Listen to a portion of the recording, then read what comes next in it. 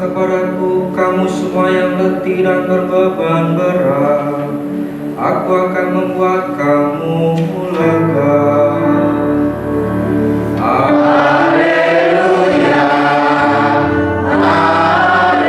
haleluya.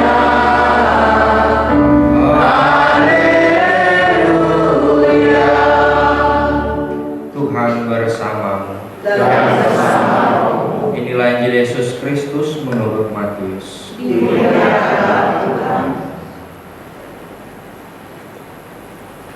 Sekali peristiwa, ketika melihat banyak orang datang, Yesus mendaki lereng sebuah bukit. Setelah ia duduk, datanglah murid-muridnya, lalu Yesus mulai berbicara dan mengajar mereka, katanya, berbahagialah orang yang miskin di hadapan Allah, karena merekalah yang mempunyai kerajaan surga. Berbahagialah orang yang berduka cita, karena mereka akan dihibur. Berbahagialah orang yang lemah lembut, karena mereka akan memiliki bumi. Berbahagialah orang yang lapar dan haus akan kebenaran, karena mereka akan dipuaskan. Berbahagialah orang yang murah hati, karena mereka akan beroleh kemurahan. Berbahagialah orang yang suci hatinya, karena mereka akan melihat Allah. Berbahagialah orang yang membawa damai, karena mereka akan disebut anak-anak Allah. Berbahagialah orang yang dianiaya demi kebenaran, karena mereka yang mempunyai kerajaan surga.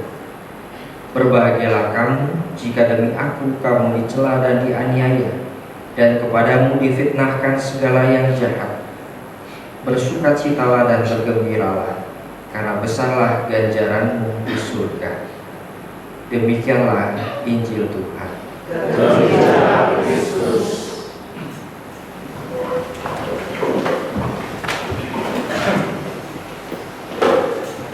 Bapak, saudara-saudari terkasih, selamat malam. Saya kebain apa nih? Iya.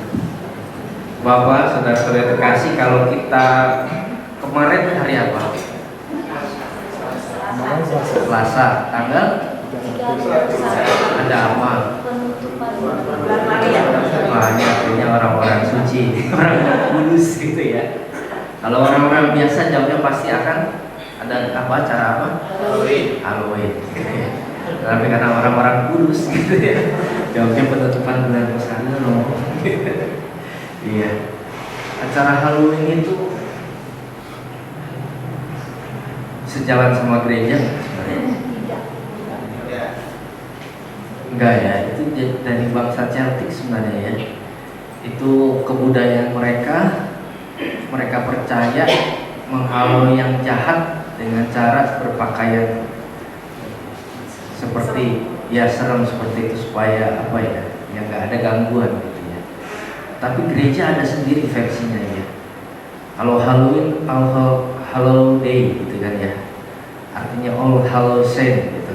Sebenarnya vigil itu malam menjelang hari raya ini sebenarnya, tapi nggak ada sangkut pautnya sama gereja. Bahwa hari raya semua orang kudus kapan dimulai?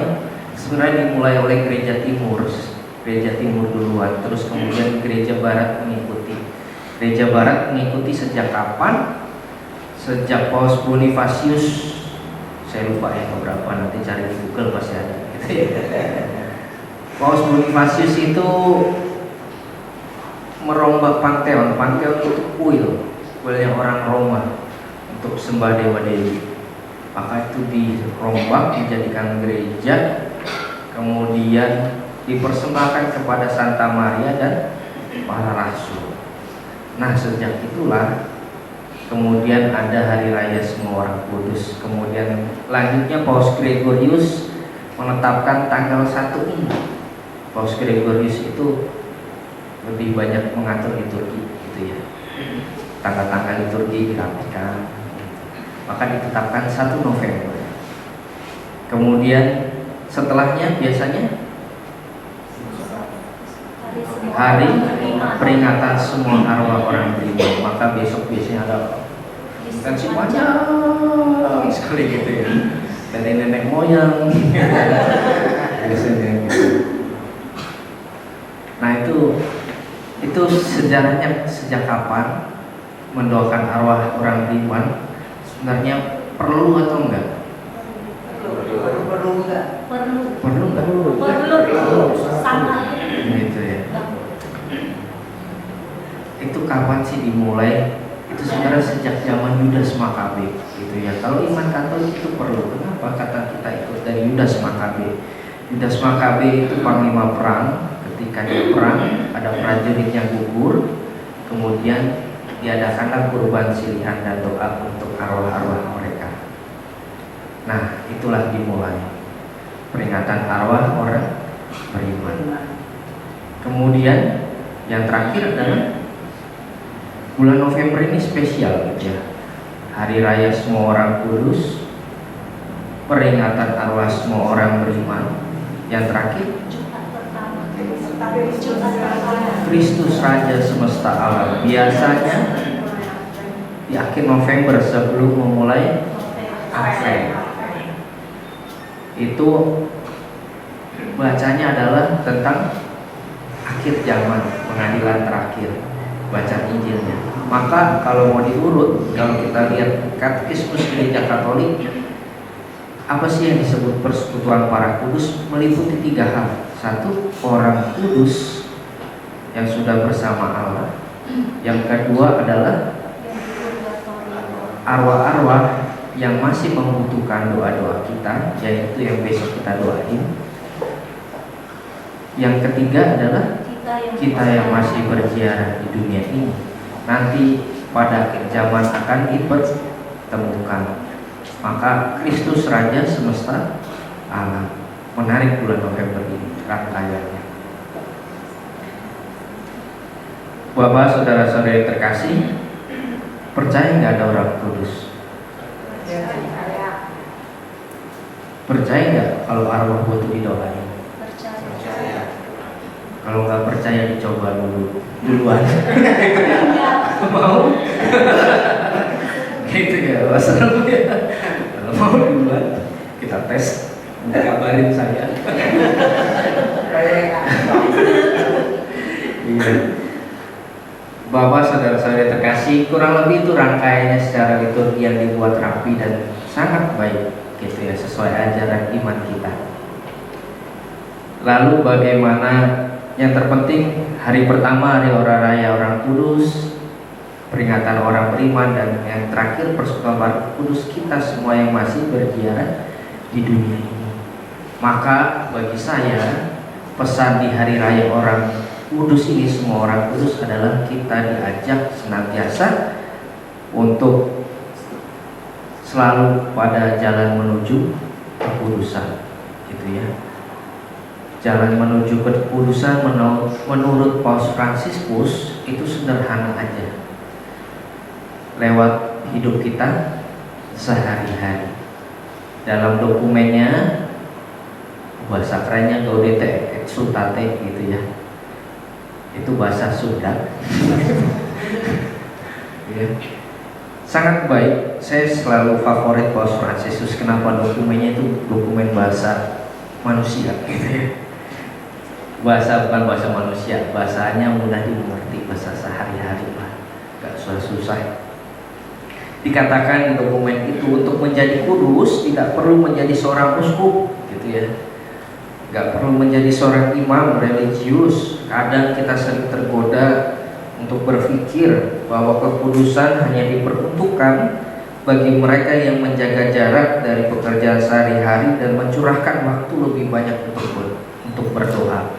Bukan seperti itu, kata Paus Fransiskus. Lalu bagaimana? Gitu kan pertanyaannya ya. Bahwa kita semua dipanggil untuk menjadi kudus dengan menghayati hidup kita dengan kasih dan memberi kesaksian sendiri dalam kegiatan setiap hari dimanapun kita berada. Udah kan Bapak Ibu ini bahasanya ya. Lalu dia mengatakan, apakah Anda seorang anggota hidup bakti? Hidup bakti itu saya gitu ya, imam, suster, bruder gitu ya. Kalau iya, jadilah kudus dengan menghayati persembahan diri Anda dengan sukacita. Apakah Anda menikah? Kata Paus Fransiskus di dokumen itu. Kalau iya, jadilah kudus dengan mengasihi pasangan Anda seperti Kristus mengasihi gereja. Lalu dikatakan di situ, apakah Anda seorang pekerja? Kalau iya, jadilah kudus dengan melakukan pekerjaan Anda dengan kejujuran dan kemampuan melayani sesama. Apakah Anda orang tua atau kakek atau nenek atau Paus Fransiskus di situ di dokumennya? Kalau iya, jadilah kudus dengan mengajarkan anak cucu Anda untuk mengikuti Tuhan Yesus dengan sepenuh hati. Itu cara-cara sederhana yang bisa dibuat. Tidak yang gua harus doa berapa jam sekali gitu ya, enggak gitu ya. Harus jalan salib berlutut enggak juga ya. Ya dengan kesaksian hidup yang dilakukan setiap hari, jadilah kudus. Ibu bapak, saudara-saudari terkasih, hari ini juga bacaannya sabda bahagia. Berbahagialah orang yang titik-titik-titik, maka titik-titik gitu ya. Sabda bahagia ini. Kalau diperduki temanya apa? Motonya apa tadi? Carilah dahulu kerajaan Allah dan kebenarannya, seharusnya akan diambahkan padamu gitu ya. Tadi dikatakan apa sih jalan menuju kekudusan menurut sabda bahagia? Jadilah orang yang miskin di hadapan Allah, jadilah orang yang berduka cita, jadilah orang yang lemah lembut, jadilah orang yang lapar dan haus akan kebenaran, jadilah orang yang murah hati, berbahagialah orang yang suci hatinya, berbahagialah orang yang membawa damai, berbahagialah mereka yang dianiaya, dicaci maki karena Tuhan Yesus. Ibu bapak, saudara-saudari terkasih, sulit nggak sabda bahagia? Kalau mau jadi bahagia harus selalu ini semua, sulit nggak? Jadi orang murah hati, kalau dicaci ya udah gitu ya. Murah hati gitu ya. Terus dikatakan di sini lemah lembut, sulit nggak? Sulit bagi saya. Kalau orang nggak dekat sama Tuhan, nggak cari dahulu kerajaan Allah, sulit. Ibu bapak, saudara-saudari terkasih, sesuai moto perduki kita, carilah dahulu kerajaan Allah dan kebenarannya, maka semuanya akan ditambahkan kepadamu. Kepadamunya itu bukan rezeki doang urusannya, tetapi ketika kita dekat sama Allah, mencari kerajaan Allah, maka yang tadinya belum lemah lembut pasti akan ditambahkan Tuhan kelemah lembutan. Kalau masih susah untuk bermurah hati, masih hitung-hitungan, kadang-kadang masih banyak pertimbangan, akan ditambahkan kemurahan hati, kelegaan hati. Bahwa sifat-sifat ini yang membuat kita berbahagia. Kadang kalau kita dianiaya inginnya mau balas gitu ya, lihat aja gitu ya. Tapi ini akan ditambahkan ketika kita sudah mengenal kerajaan Allah, mencari kerajaan Allah, pasti Tuhan menambahkan. Semoga dengan jalan-jalan kekudusan itu kita boleh berbahagia nantinya bersama para kudus di surga, bersama Bapa, Putra dan Roh Kudus di dalam kerajaan surga. Kemuliaan kepada Bapa, Putra